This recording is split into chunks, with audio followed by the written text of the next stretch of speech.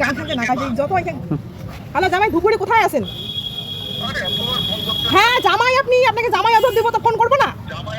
তো দুপুরে কোথায় আছেন? হ্যাঁ দিব, মেয়েকে দিব, আগে আপনাকে জামাই আদর দিব, তারপরে তো আপনাকে তো খাওয়াতে হবে।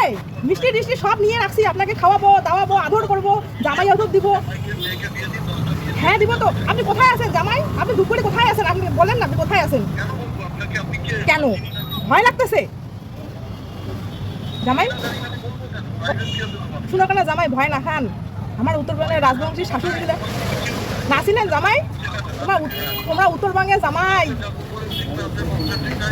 হ্যাঁ বংশ ঠিক নাই, আসো কেন? তারপরে না কষি আমরা কোন বংশ খাওয়া জামাই, আসো কেন?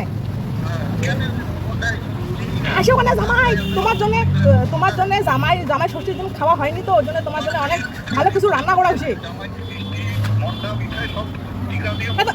ওই জন্য না কিছু জামাই আসো কেন? তোমার খাওয়া মু জামাই তো তুমি, তোমার কেন ভয় করছেন ভাই? আসো কেন? হ্যাঁ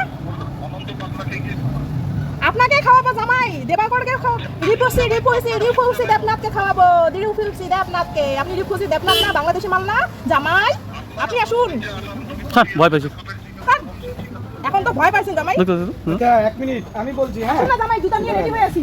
আমি বলছি, শুনেন কি বললেন যে হচ্ছে আমি মহাদেব রায় শিক্ষক রাজবংশী সমাজ থেকে বলছি দিবাকর দেবনাথকে। কলটা রেকর্ড করতে পারেন?